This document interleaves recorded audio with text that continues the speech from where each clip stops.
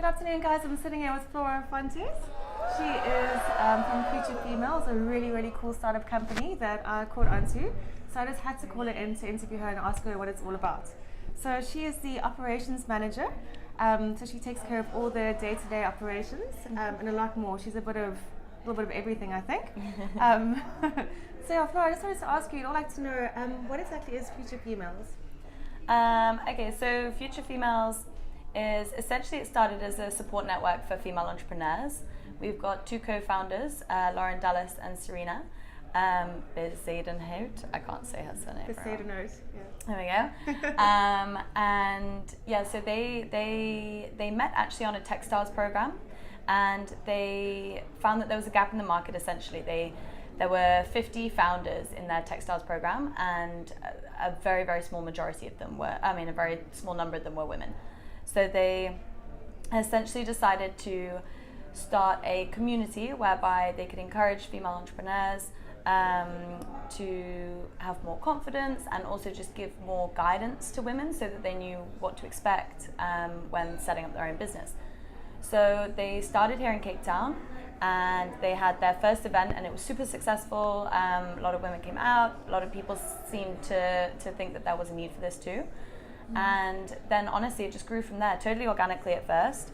They, the first two chapters after Cape Town were Berlin and Namibia, both of whom Serena and Lauren had people approach them who said, this is something that we need in our area too. We want to start up here.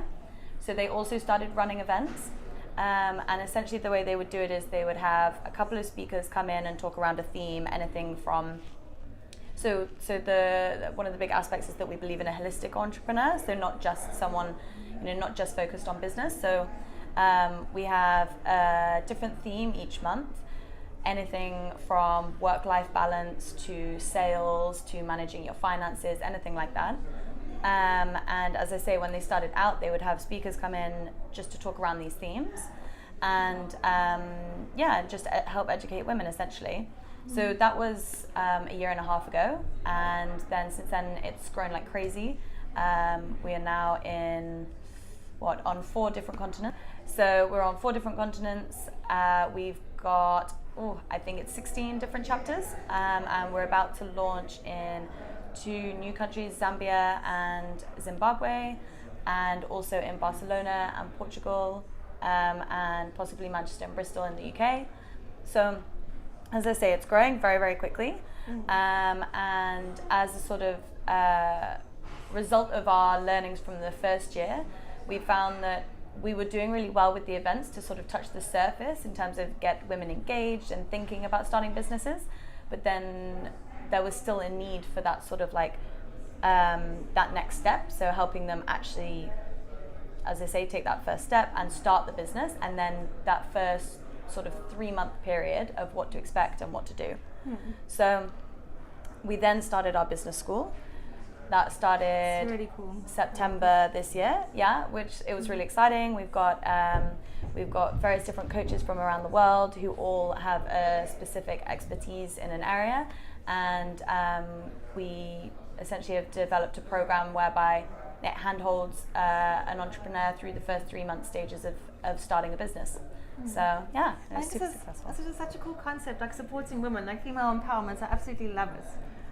You guys are really doing something great.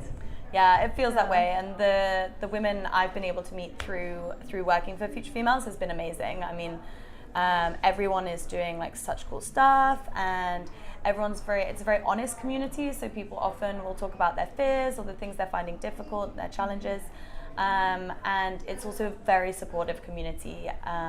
We have a big presence online in our Facebook group, and honestly, someone will post in the morning saying something like, I've had difficulty with this, how's anyone got around it? And within, the first hour, people are responding saying, this is what helped me, or yes, I've been through that, or like try calling this person, they've got really good advice. And so it's really supportive. It's, I love being a part of it. There's nothing like it really. Well, there's nothing like having a community to support you in exactly what you're doing. to be able to share something and say like, hey guys, I need help, and then have somebody who's been through the same thing. Yeah, definitely. That's really definitely. cool. Very, very cool. Yeah. But Flora, more about you. If you had to, something for my channel I always do is I talk about a catchphrase. If you had to have a catchphrase, like think about, I don't know, like something that you always like a sort of like a saying or. Okay. If you had to have one that you sort of could align yourself with. So one that comes to mind instinctively, which is a little bit cringe, but you must bear with me, is, and it's kind of more maybe from my mum, and so she has this thing that everyone around you should essentially facilitate you to shine. So she's always like, if I've had problems with a boyfriend or friends or whatever, or I'm feeling uncomfortable at work or anything like that, she's always like, are they letting you shine? So maybe something like, just shine. But then a personal catchphrase for me is probably something more like, I don't know, you know me, I'm trying to think of phrases that I say through the day that's just like. But you are like this bright light, like your personality, like you really do light up a room. So I think you took a mum's advice. Thanks. I'm sure I can come up with a better catchphrase than that, by the way. That was just the first one that came to my head. That's a really cool one. That's very original, because everyone always goes for like, Steve Jobs, like they piggyback back off that, and this is like very original. So so Flora, you're the operations manager. Did you study anything to get there, or just for viewers who are sort of thinking of doing the same thing, did you need to study, or was it something that you just sort of, learned or taught yourself? So I studied philosophy and sociology, which I absolutely loved my degree. It was obviously not a vocational degree, so it didn't leave me, when I left university, I was kind of looking at lots of different jobs, and all my friends who studied the same thing also looking at a huge variety of jobs.